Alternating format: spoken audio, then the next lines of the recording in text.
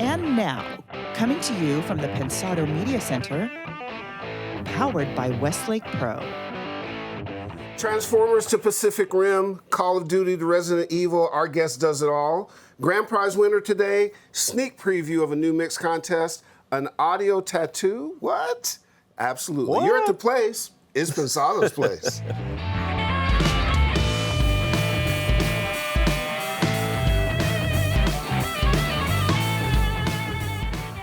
That was a great harmonica solo. I had to. Thank you. Yeah. Thank you. Oh man, what did I say? What a great day. We're back again. I know. Right. I was just talking to Cindy. It felt like we didn't leave yet. it does. This is home. They're watching. Yes, they are. Hey, good to have you guys drop by. All right, let's get going. It's our favorite part of the week. That's hanging with you. Sure. Likes and subscribes, much appreciated and oh so important to us. Shout outs to our partners. They are the Blackbird Academy, Westlake Pro, Avid, DTS, Lander, Recording Connection, Fab Factory, and Studio 202 DC. One more weekly winner in the iLoud Micromonitor sweepstakes, then the grand prize winner next week. Ooh, boy, can't wait. DP, who is this week's winner? Well, the effervescent. The Jesse, effervescent. Jesse Easton. Jesse Easton, congratulations, Jesse. You slipped in under the gun, and next week is the big grand prize. We're going to hand it out. Tune in for sure. It's going to be good. Also, a quick sneak preview, one of the favorite things that you guys love and we love doing. We got another Pensado Indaba mix contest coming up. We're going to launch that boy next week. The song is called Free. The artist is Body Language. Indaba did something really cool that I think you agree with when we heard it. Last time, I think the song they used was limited some people in terms of skill set. This one really includes everybody. I think so too. It feels good. Feels good. I can't wait. You know how much I love these things. No, you remember, guys, he gets very specific about this stuff. Super cool prizing being provided by folks like IK Multimedia, Isotope, Tascam, Audionamics, Lander, Indaba will get you part of this big community. Lots of fun stuff. I think it's going to be a good one, don't you think? You know it. You know it. We want everybody to tune in, right? Yeah. Yeah, a lot of people should. We're going to step it up this time. All right, cool. So Indaba this time around, I think they learned from the last contest and they wanted to have a track that's more inclusive and so that all of our guys could do it. I know when we heard it, we both felt like it's a home run. So all the official stuff next week. Come back here, get the details, and you're going to have a bunch of fun with this. Please enter this contest. I love it when I get. Well, Dave, look, let me just say for you, can I speak for you? So Dave takes judging this stuff really seriously. Yeah, He's got a 10-point plan. He goes into like this zone. We can't find him. He eats vegetables for like 2 or 3 weeks, so his ears are good. And well, they don't want to hear this, but the last contest. No, let's tell them anyways. Well, yeah, of course. The contest before the last contest, I thought we had the best submissions ever. This last one was down about 5%. So I need our guys and girls to step it up for this. I want this to be the best group of songs I get to judge. And I think Indaba made that collective decision too, that they wanted a track that was more inclusive. The last one was really sort of complex. The last one was hard. Yeah, exactly. So this one is a lot of fun.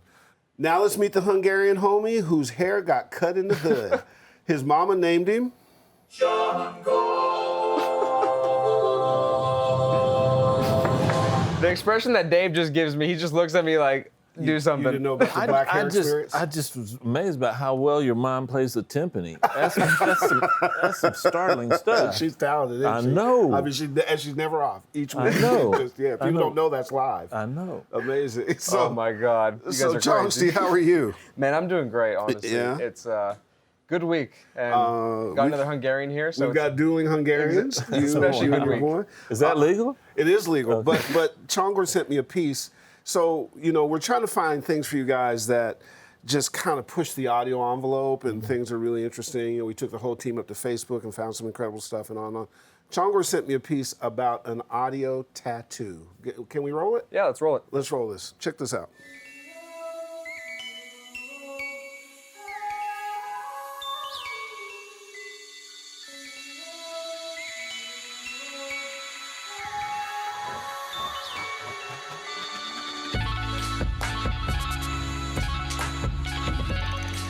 I love you.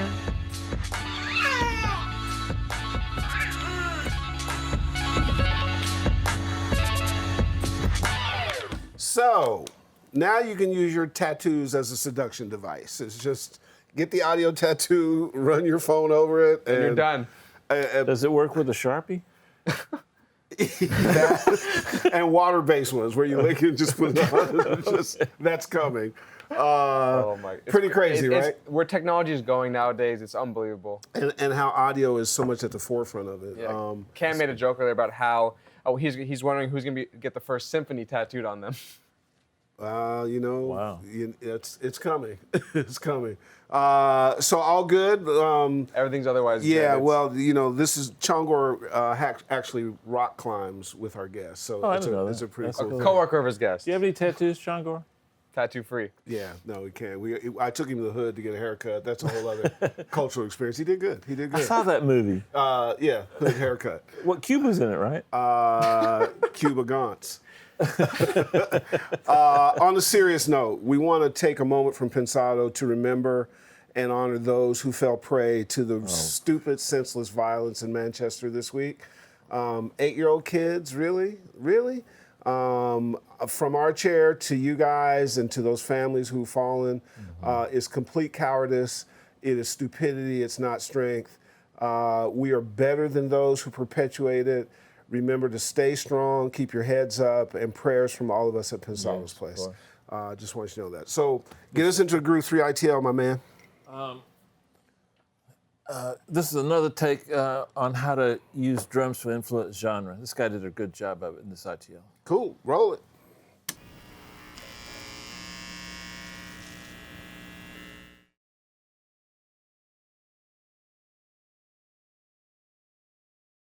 In this video, I'm going to explain how the drum grooves you create along with the actual sound choices you use can completely change the sound of your tune, along with changing the overall style and genre of the music.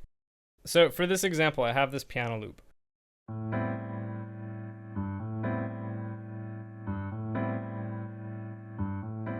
And throughout this video, the only changes to this loop that I'll make are speeding it up with the global tempo over here,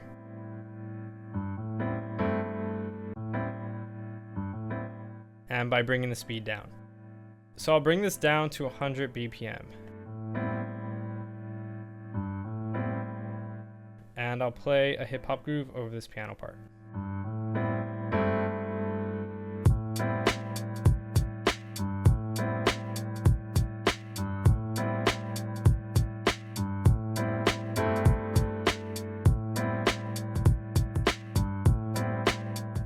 Alright, so by simply adding a hip-hop drum groove to this piano part, we created the start of a hip-hop tune. Now I'll bring the tempo back up, and we'll add a drum and bass drum loop to this with some more aggressive sound choices in the drum kit.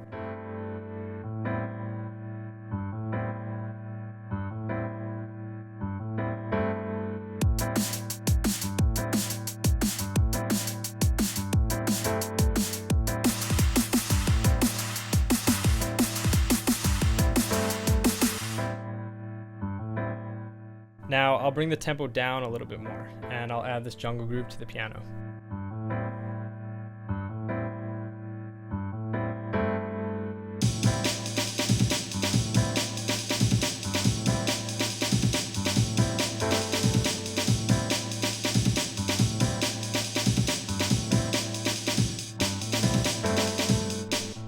Alright, I'll keep the tempo where it's at, and I'll add a halftime dubstep groove to this.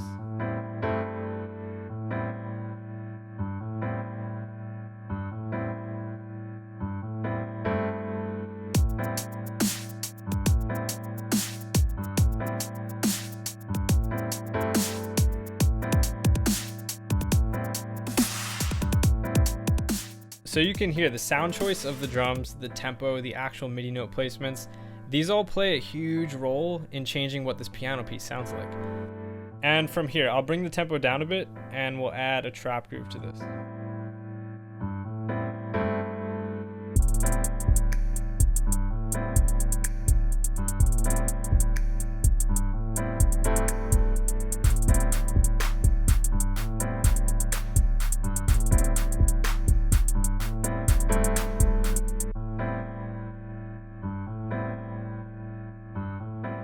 And for this one, I'll bring the tempo down a bit, but the note placement will be shifted around to create this moobaton groove with more of an upbeat feel than the previous trap one.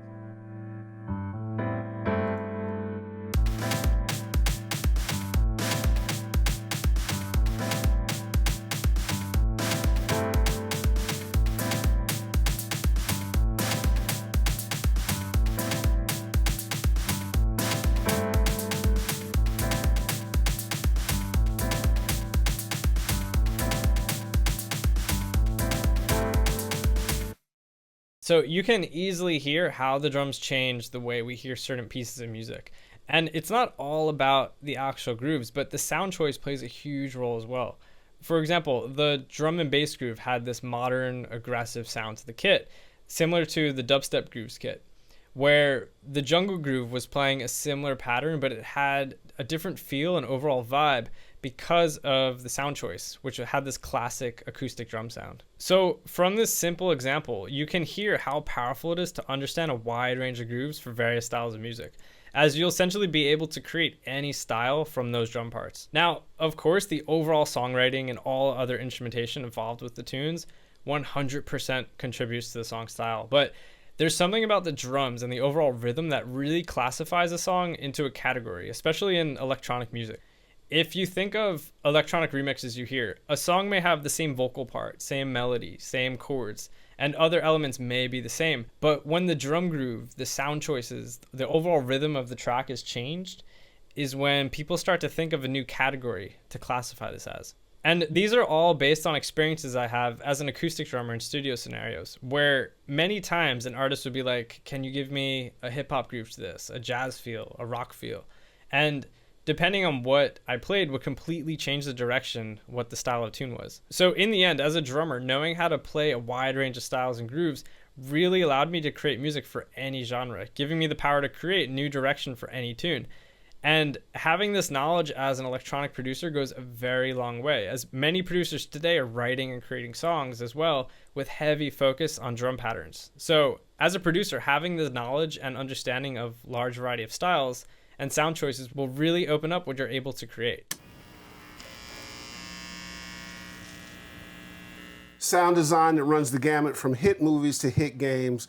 This Hungarian brother is a 5-time Golden Reel winner. Welcome to the place, Csaba Wagner. How are you, man? Good. How are you? Welcome. Good to see you. That's my sound design. That's very good. That was a good sound Spot design. on, yeah. Absolutely. Okay, Absolutely. that's my crowd thing. So I just have to lodge a small complaint with you.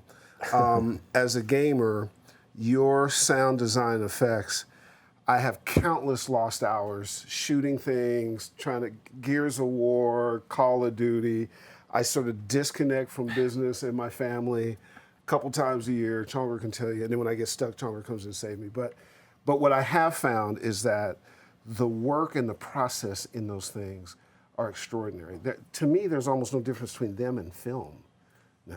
Yeah, well, that's how I approach them, from a movie standpoint. To me, it's very similar to working on a movie or working on the cinematics of a game. Mm-hmm. It's creating the perfect vibe, the essence of the game. You need to make, are you working on a horror game? Make it like super scary, or an action heavy, right, all that stuff. Right.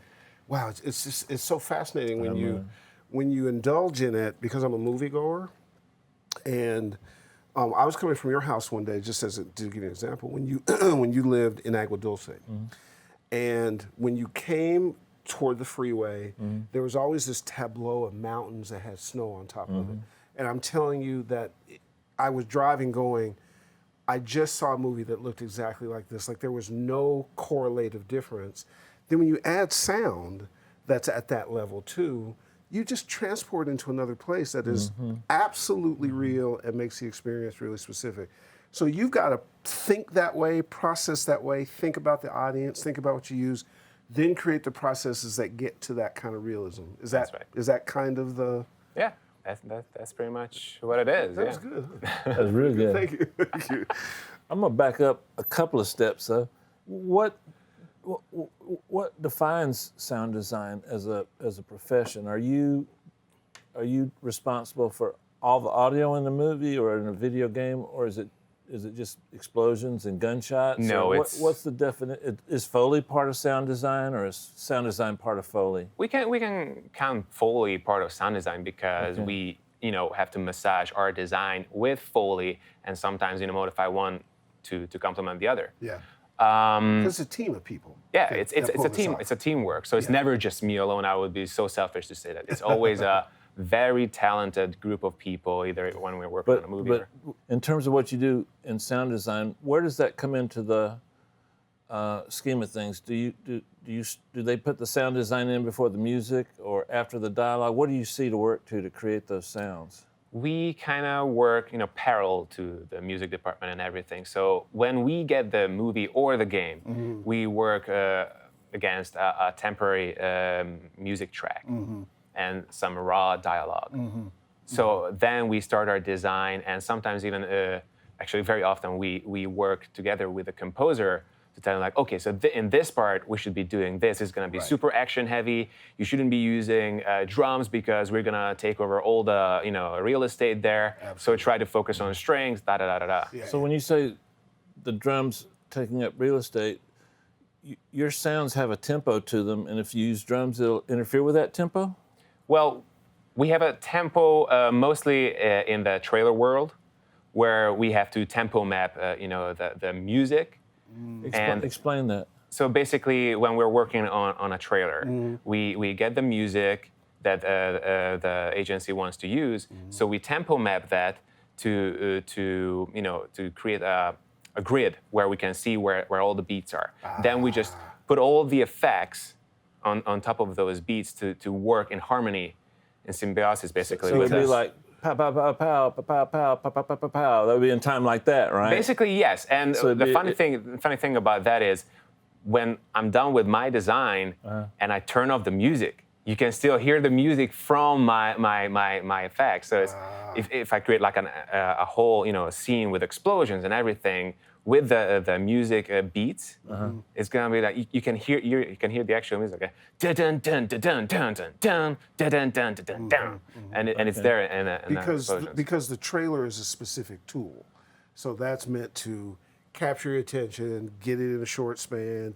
Usually it's action oriented. If it relaxes, because there's a tension and release to it that you, which is different than how you approach the whole movie. Yes. That's a whole different process. And then I'm assuming, as we've learned during the show, when we've had, because you guys are so talented, that collaborative teamwork thing is really important. So because one, it's costly. You don't want to have to go back and fix something.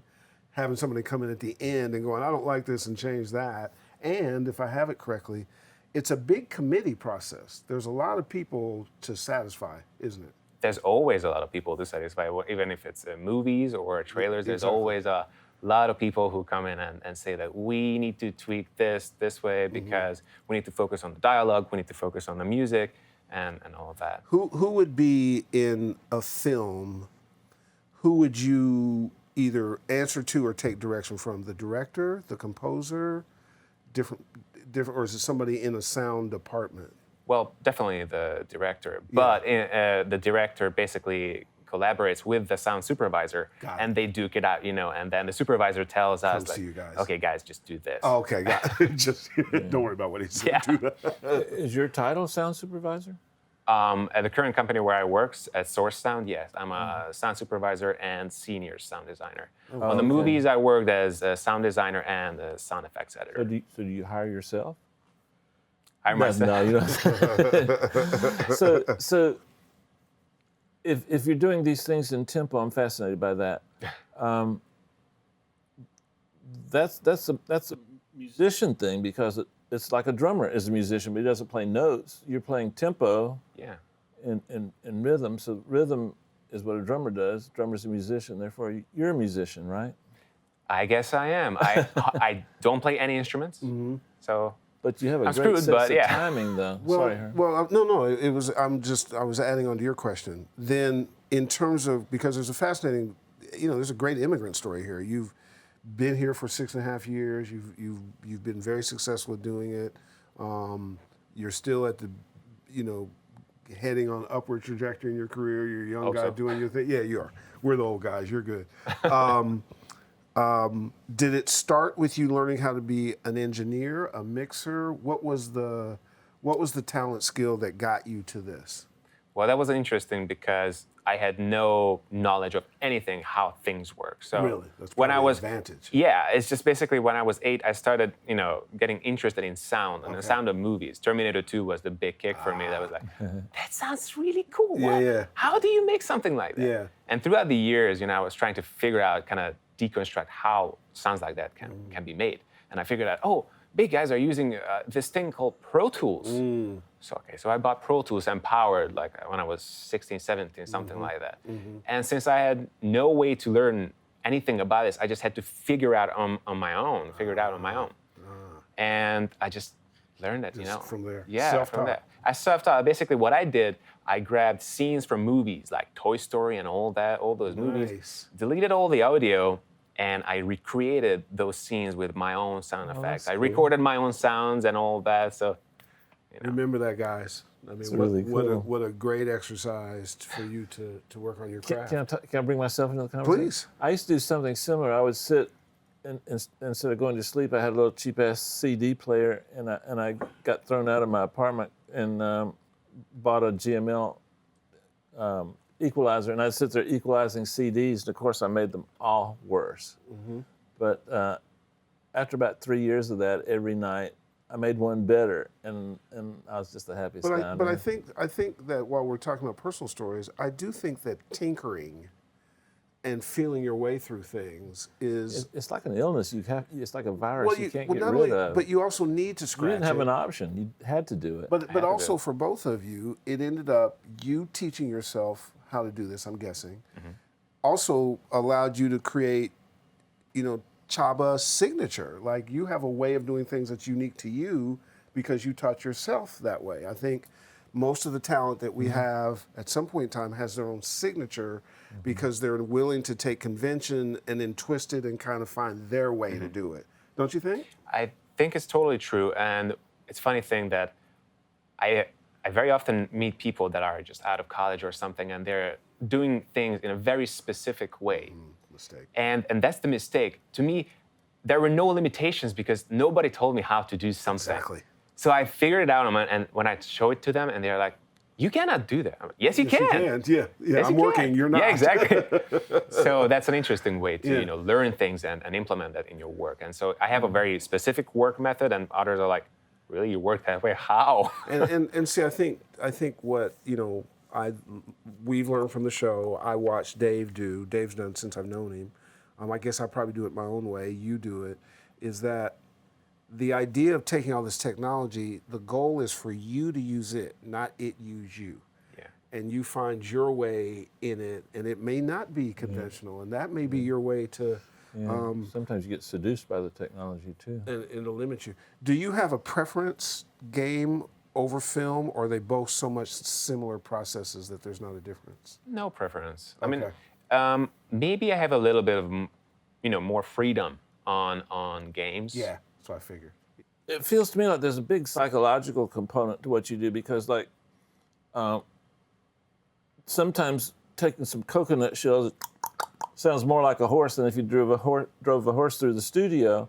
How do you approach that? Is that something you think about, like finding a sound that's not exactly emulating the sound but gives you the psychological impression of that sound? Yes. I mean, to me, like, I don't know if I stated that very well, but I think when you're thinking about like an explosion, reaching for an explosion right away is just, a very simple solution. Right. But going for something that has a massive size and impressive, epic feeling to it, that's going to be something different. It can be something like ice crackling to a lion roar combined with a thunder crackling, something, and not necessarily an explosion itself. And to that that's aim, so cool. we're going to show you a real quick piece that he did that just enjoy this piece, and you used animal sounds and trains and all kinds of things to make the ferocity and the make the tension and the power of this car video real, correct? That's right. Take a look at this.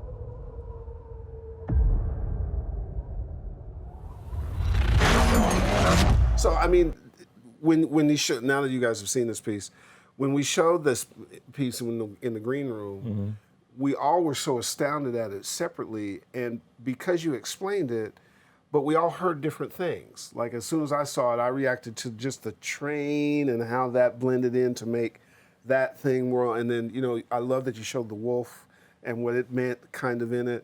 And I'll tell you a funny little story that our video editor did in sound design for me that made something that would have been just okay really funny.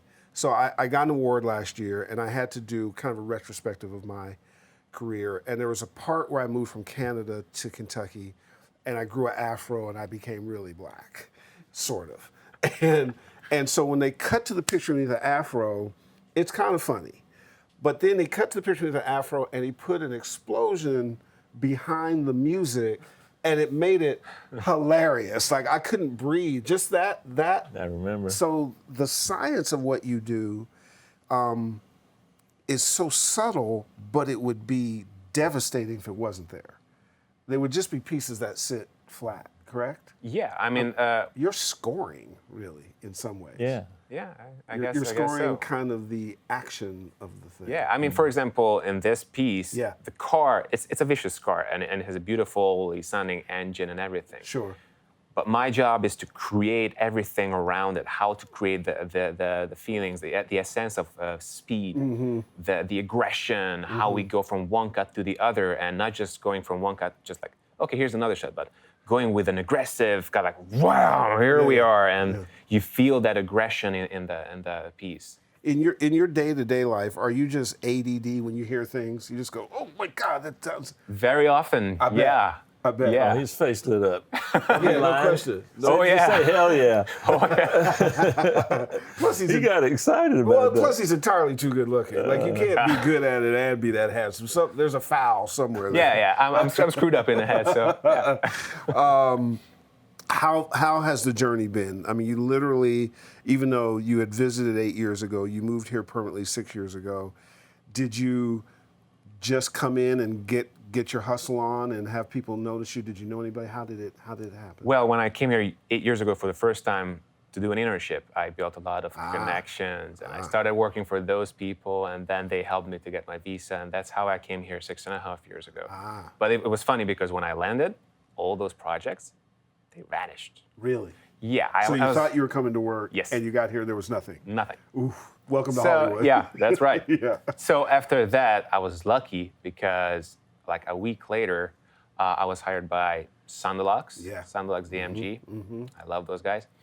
And then, I started my whole career there, basically working on games, then transitioned over to movies, working on Pacific Rim, and then... Amazing.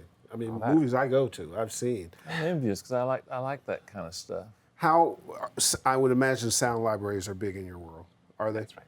Do you keep track of everything? Do you want to know about everything? Is it? I try to stay on top of things, and I know the biggest third-party libraries, Sure. and I just try to follow them. Oh, they have a new train collection or something. Exactly. I need to have that. And then with that sheer amount of sounds and stuff, your workflow and your workflow solutions and storage and all that kind of stuff and how you get to things must have to be super organized. It has Right. to be, yeah. Yeah, because it's a lot, and you need to be able to. Plus, I have OCD, so yeah. So it's perfect. It's a perfect match. So if a scene requires flatulence, how do you create that? Well, I just grab up my... no, Just go real life. exactly. Eat a lot of beans, and there's your answer. But there's different kinds of things. You Oh, make the no, ferocity don't embellish go- that, okay, please. Okay, I'm not. I'm gonna do I was always curious. So you like in a video game, you have some explosions, you have some gunshots, and that's in one scene. But that gets repurposed in multiple scenes. So there's a picker that goes out and grabs each sound. You don't have to recreate the sound for each scene. In other words, it can be repurposed with software to come back in again for a different type of explosion, right? Is that the way it works? Yes, very often it's How do you plan saving. for that in the course of your...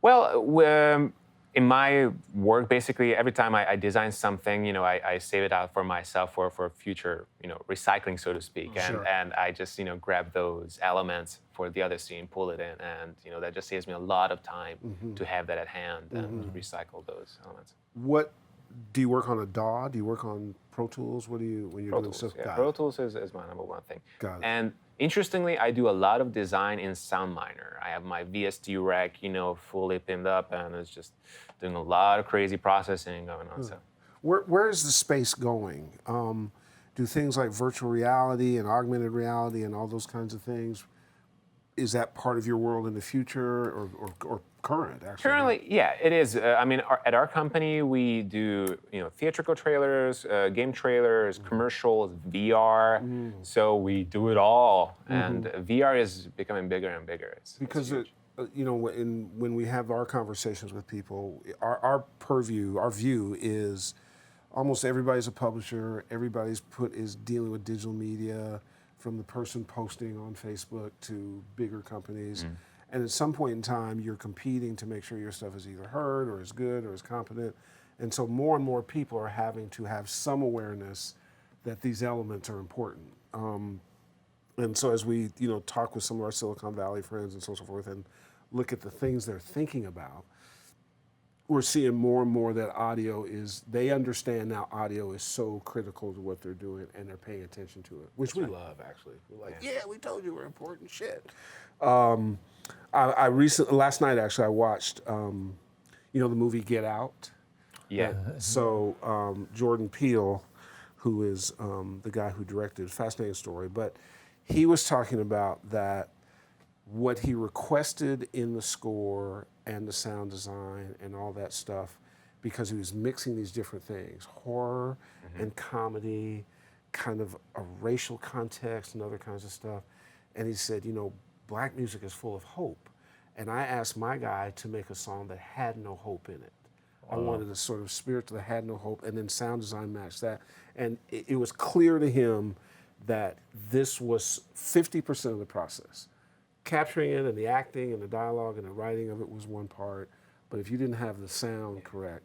So it's nice I'm not saying the sound was not thought about, but to the degree that it can enhance a movie, I think, or a story, I think more and more people are aware of. And it's nice to, collaborate with people like directors that actually know what they want sound-wise. Sometimes it's nice to have a free hand, but sometimes when a director tells you that we actually want to create this vibe in this scene and everything, it just helps us so much because you can go in any direction with sound. You can make it, completely comedic or something. You don't want to. You just want to follow okay, this is the direction. Yeah, straight line. With all the technology, does that make the actual process of Foley, is there less of that because you can find a sound or you can create a sound, or is I think Foley, the real Foley, is always going to be needed. Because there's nothing like that organic sound. Exactly. Yeah. Legends like John Rush and all those, oh man, I love John. Amazing. But they're great, and if they do their job well, and he always does. Yeah. But I don't know, I think it's always needed. The real Foley is always going to be needed. You just cannot cut that from library. It's going to sound artificial. It's not going to have that. What is wild Foley? Well, wild Foley is if we don't have a raw sound in our library, we want to create a goopy monster footsteps or something, and we don't have anything specific for that in our library, then we tell the Foley guys, hey guys, can you come up with something cool, some goopy sound for those footsteps? And they just, without picture, record wild Foley for us, and we'll just play with that. That's cool. Got it. I want to be a wild Foley guy when I grow up. Well, you live that sounds way like anyways. fun. And is ADR a process that you also have to work in and around, or is that added after you do your thing, or?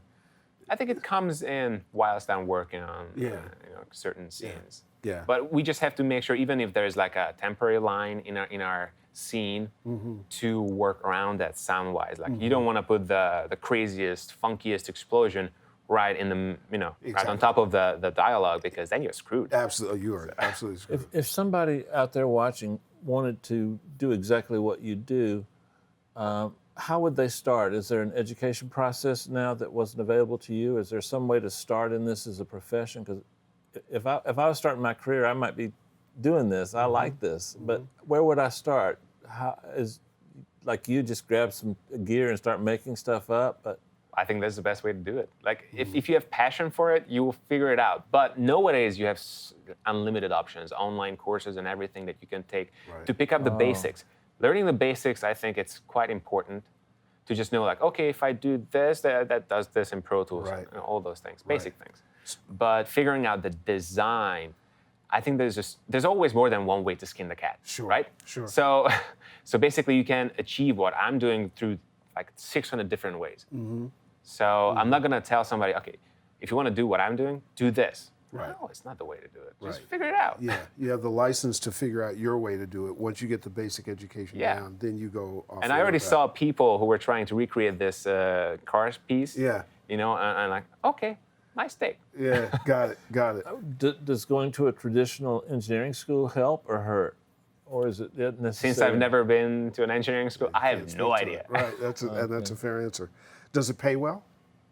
It pays all right. Yeah. I mean, and the reason I think it's important, Dave and I always feel that it's important for our audience to be able to select amongst options. You know, you can get in something and love your craft and make $30,000 a year, and if that's fine, that's fine.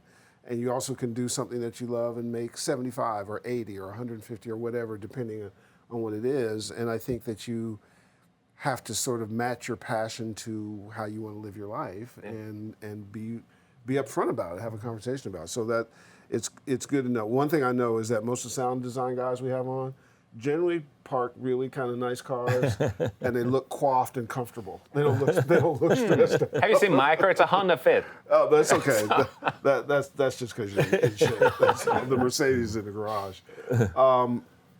So now, when you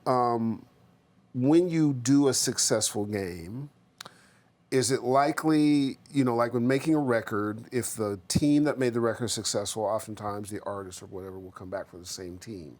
Does it work that way with games and things that work? Yeah, if the company is happy, they'll come back. They're coming back. Got it. And better for you to work inside a company framework than as a solo entrepreneur. And it can go either way? It can go either way, yeah. Okay. I mean, I have my own side projects going on, you know, like I co-produce indie movies and then I try to help them out with my own sound design and all of that stuff. So. Oh, cool. What's your go-to reverb for explosions? Altiverb. Any one of the IRs in there? Do you like cathedrals or like? I think it's the F480 and the big church. In there. Yeah, I knew it had to be a church.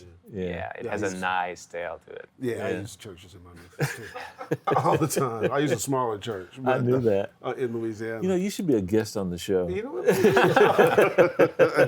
Chongo, you got some questions for our guests? We do, for my Hungarian friend. Yeah, absolutely. This first one's from the one and only Braden Parks. Of course. What are the primary differences between designing sound effects for film, trailers, and game cinematics?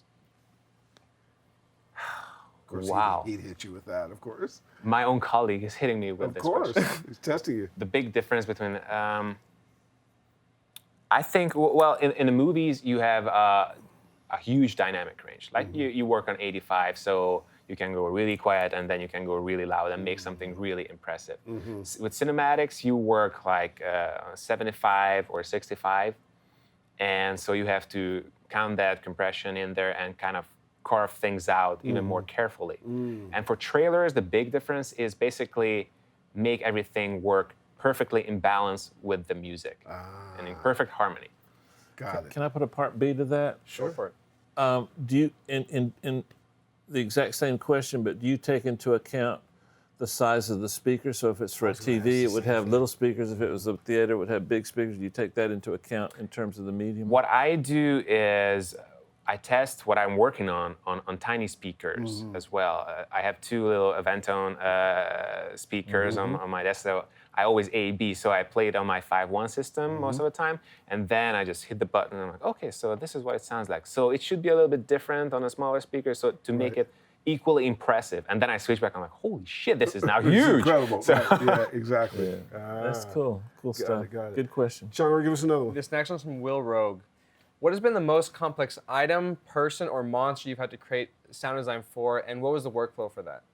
Ooh, They're hitting you hard, man. It's they're good really stuff. hitting me I hard. mean, Oh my God, the most complex thing.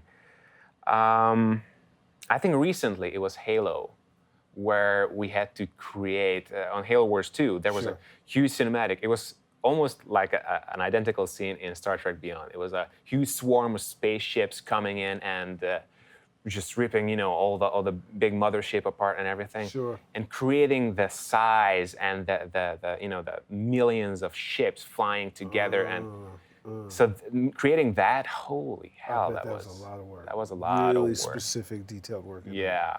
Because I played that game, and when that swarm came in, it scared me. And I shut off the console. I was like, "Oh no, Chogger, come help me!"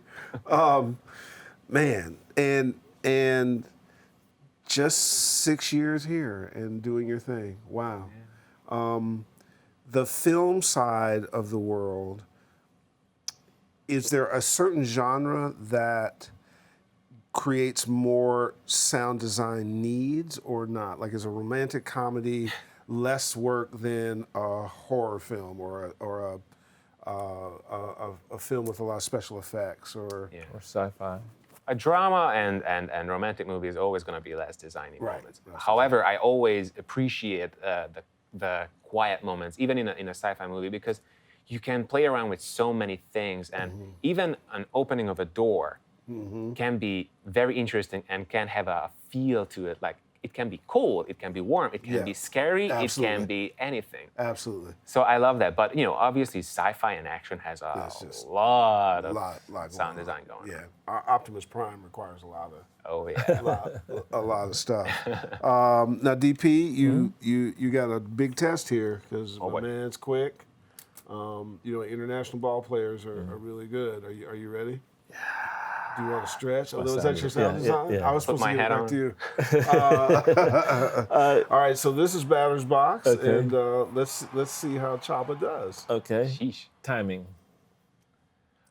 Creating beats for the trailer. Nice. Fist fights. Punching a leather jacket with a baseball bat. Ooh, he's Really? good. Herb, I quit. Yeah, I think we should stop. I think we should stop right now. He's that good. Foley artist. Creating life in the scene. Explosions. Size, epicness. Synthesizers. Sci-fi and coolness. Sample libraries. Huge. Have to have them. Fire. Paper crackling. Speaking of fire, if your studio caught fire, and you do have a studio, what one piece of gear would you save? My sound library. That's exactly. Yeah, it's It's- irreplaceable. It's Mother Earth. Yes, Yeah, yes. absolutely. Partly because when I think sound library, sometimes I think ones that are purchased, but you're including ones that you've created over time. That must have a lot of value. Will we ever see the Csaba Sound Library come out soon?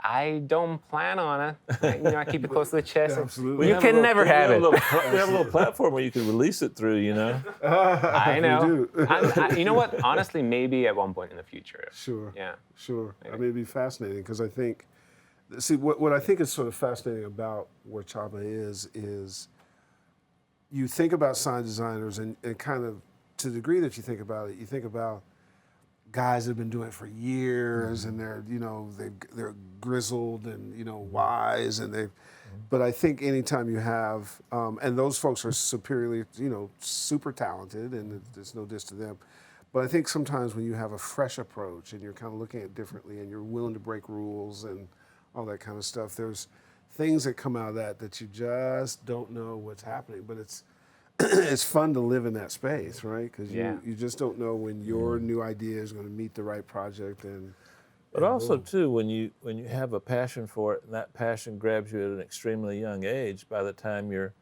35 or 40, you still got 25 years of experience because you started at 6 years old, really, in a lot of ways. That's kind of cool. Do you have a take on where you see the business going Or is it just more Well, of the same? VR is definitely the future Okay. right now, but there's always going to be games, game cinematics, movies. So Yep. I think we're not short on work.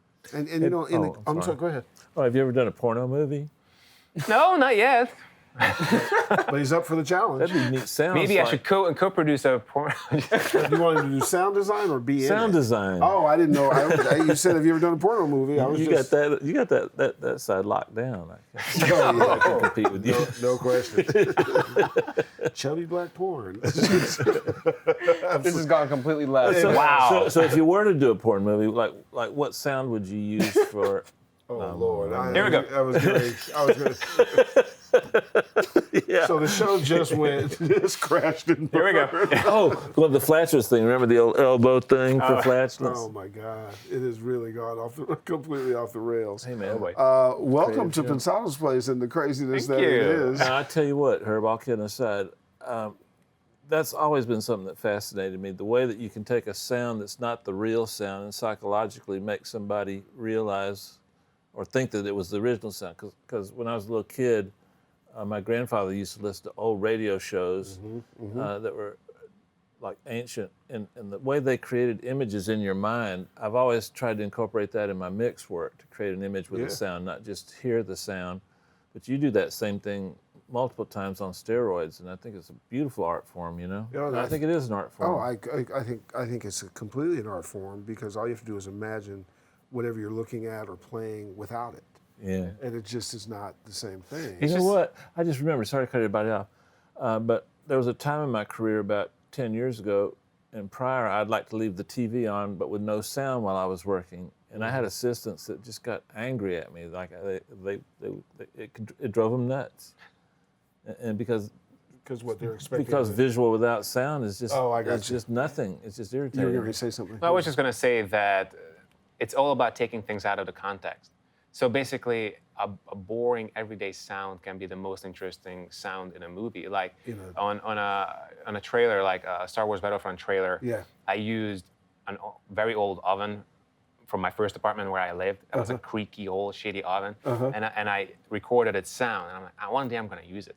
And I used it for the destruction of the AT-AT, the big walker. Sure, right. That sound that was all my freaking oven doors. But you slowed it down. Yeah, I slowed it down. You do stuff to it. Yeah. But I just love that somebody who can think like that. I know. Like, it's a gift. Yeah, no. Look, I think it's fascinating, and I got a question. Yeah. What do you record with for field recording? You know what? I used to have some very expensive gear, but not anymore. I just have a PCMD 100 with me, and basically, if I find something interesting, I just Who makes that? and you got it. Sony. Yep, absolutely. It's amazing what the technology is, huh? Yeah. We just did something with what's the Tascam recorder? Yeah, the DR701D. It's just- Amazing little recorder. And it just amazing. Yeah, I like that one too. And then they I have- like these pocket recorders. They're excellent. They're You ever excellent. capture anything on your cell phone and use it later? Yeah, my nosy neighbors. Wow. Every time they're having sex or they're fighting or something. There we go, guys. Shazam them. Oh, God. Wow. Finish her. Exactly. Is that a yes or a no?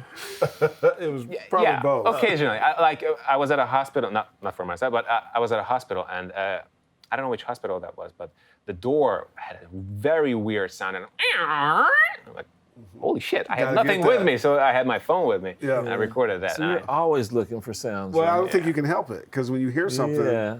you gotta You need gotta to get do it. Does that something, drive yeah. your girlfriend crazy that you're always looking I'm at- single. Oh. So It used to. It used to. It used to drive her crazy. That's why I'm single. That's why I'm single. Absolutely. Csaba, we are so happy to have you and how you enlightened our guests and enlightened us. Sure. Stay close to the show. Be a friend. Please, Come on by. Hope you enjoyed yourself. I just thought it was just fascinating. This is Thanks great for stuff. having me. Oh no, it's our pleasure. I man. can It's see our myself pleasure, for doing sure. that. I love it. Chauncey, thanks for the guest, and Dave, take us home. Man, once again, I was sitting here being thrilled by the show. Let me think something real quick. Yeah, you know what? I've said this a couple of times, and I think this is something I'm proud of. Herb has always emphasized that there's more to audio than just a sliver that I'm in. and occupy, and has always felt that it was part of our responsibility and duty to bring you examples of the wideness and the width of alternative jobs. And I think this is a perfect example of something that you should take a serious look at, and other forms of the audio industry. You help me? There's a big space out there, and you say that a lot at SAE the other day. You said that, and it really is true. There's so many opportunities of fun. I could be happy doing that the rest of my life. And I think you should take a look at alternatives and then make a decision on which one, is where your gifts lie, and it just gets those juices going. And that's what we see in our guests. So we'll see you next week. See you guys.